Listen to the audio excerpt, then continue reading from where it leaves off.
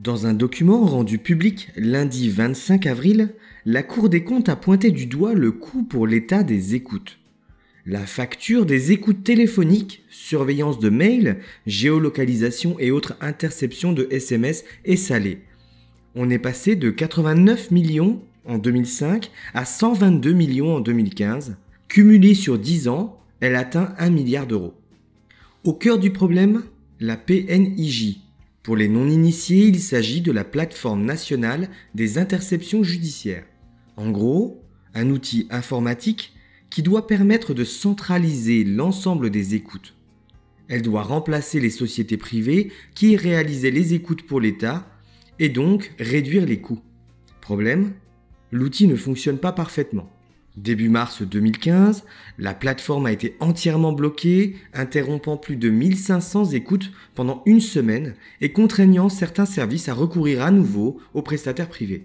Résultat, 10 ans après le lancement du projet, 2 systèmes perdurent, des sociétés privées et la plateforme PNIJ.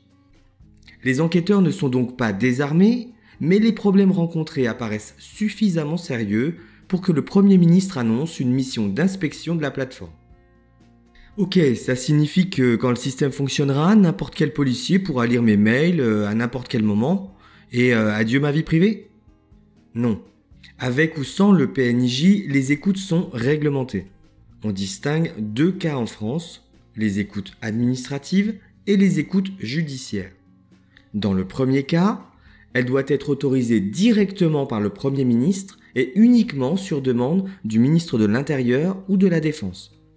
Elles sont motivées par des impératifs de sécurité nationale, de lutte contre l'espionnage économique, de lutte contre le terrorisme ou encore contre le crime organisé.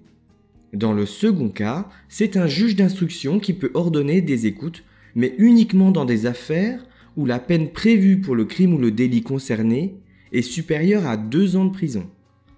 Enfin, dans les 2 cas, l'autorisation est accordée pour 4 mois, mais elle peut être renouvelée. À côté des écoutes, la loi sur le renseignement d'octobre 2015 permet aux services de l'État d'utiliser de nouveaux outils. Les IMSI Catchers, ces valises permettant de capter les communications aux alentours, ou encore les mouchards pour localiser des véhicules.